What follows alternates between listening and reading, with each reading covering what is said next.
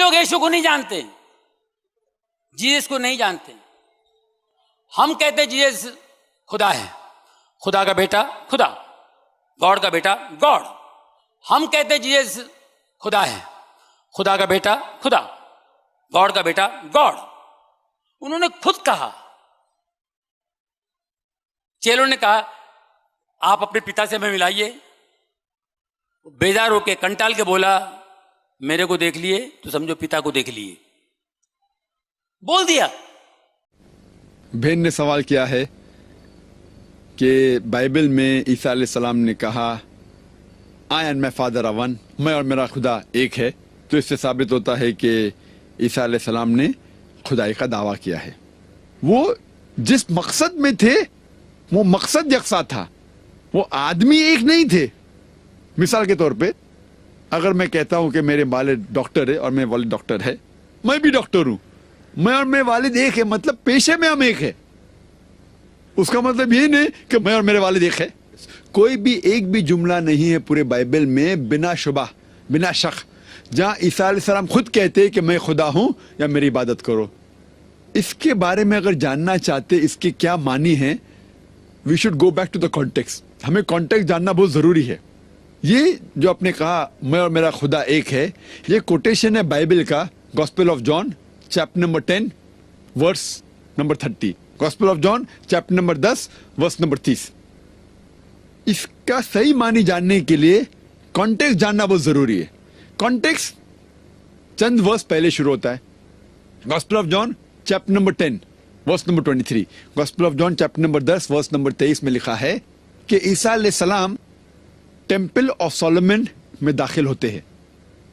Verse number 24 میں لکھا ہے یہود انہیں گھیر لیتے, جوز انہیں گھیر لیتے اور پوچھتے how long does thou make us doubt? If thou art the Christ, tell us plainly. آپ کتنی دیر تک ہمیں پریشان کر رہے, اگر آپ کرائسٹ ہے تو کیوں نہیں کہتے صاف صاف if thou art the Christ, tell us plainly. عیسیٰ علیہ السلام جواب دیتے ہیں, ورس نمبر 25 میں لکھا ہے I have told you the work that I do bear record of my father. میں جو کام کرتا ہوں وہ شہادت ہے میرے پتا کے بارے میں. ورس نمبر 26 میں کہا گیا ہے But you are not my sheep. You will not understand me. My sheep who know me, they understand me. آپ میرے فالوز میں سے نہیں ہیں, اسی لیے آپ نہیں سمجھیں گے. جو مجھے فالو کرتا ہے وہ مجھے سمجھیں گا. My sheep follow me and they know me. وہ مجھے جانتے ہیں. اور ورس نمبر 27-28 میں لکھا ہے کہ I give eternal life. My followers, my sheep, they know me, they follow me. I give them eternal life. No one can pluck them out of my hand. میرے ماننے والوں کو میں جانتا ہوں, وہ میرا کہنا مانتے ہیں اور میں انہیں زندگی دیتا ہوں. کوئی سی زندگی کی بات کرے, eternal life, مطلب آخرت میں آپ جنت میں جائیں گے. اور no one can pluck them out of my hand. میرے ہاتھ میں سے کوئی بھی انہیں چھین نہیں سکتا. ورس نمبر 29 میں لکھا ہے My father give it to them who's greater than all. No man can pluck them out of my father's hand. میرے والد سب سے مہان ہیں اور کوئی بھی میرے والد کے ہاتھ میں سے ان لوگوں کو چھین نہیں سکتا. پھر عیسیٰ علیہ السلام کہتے ہیں ورس نمبر 30 میں I and my father are one. میں اور میرے والد ایک ہے. کانٹیکسٹ پہ پتا چلتا ہے ورس نمبر 28 میں عیسیٰ علیہ السلام کہتے ہیں No man can pluck them out of my hand. میرے ہاتھ میں سے کوئی بھی ان لوگوں کو میرے لوگ کو چھین نہیں سکتا. ورس نمبر 29 میں No man can pluck them out of my father's hand. کوئی بھی میرے والد کے ہاتھ میں سے ان کو چھین نہیں سکتا. I and my father are one. Verse number 30 میں اور میرے والد ایک ہے. In purpose they are one. In purpose, not that they are one as a person. In purpose. وہ جس مقصد میں تھے وہ مقصد یکساں تھا. وہ آدمی ایک نہیں تھے. مثال کے طور پہ اگر میں کہتا ہوں کہ میرے والد ڈاکٹر ہے اور میرے والد ڈاکٹر ہے, میں بھی ڈاکٹر ہوں, میں اور میرے والد ایک ہے, مطلب پیشے میں ہم ایک ہے. اس کا مطلب یہ نہیں کہ میں اور میرے والد ایک ہے. لیکن عیسیٰ کہیں گا نہیں آپ کو غلط فہمی ہے. مان بھی لو, اگر ہم ان کو چھوٹ دیتے کہ آپ پہلا کانٹیکس نہیں سمجھے, ابھی آگے کا کانٹیکس پڑھیے.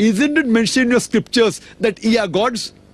And if you call a person to whom the word of God has come as God, then the law is not broken.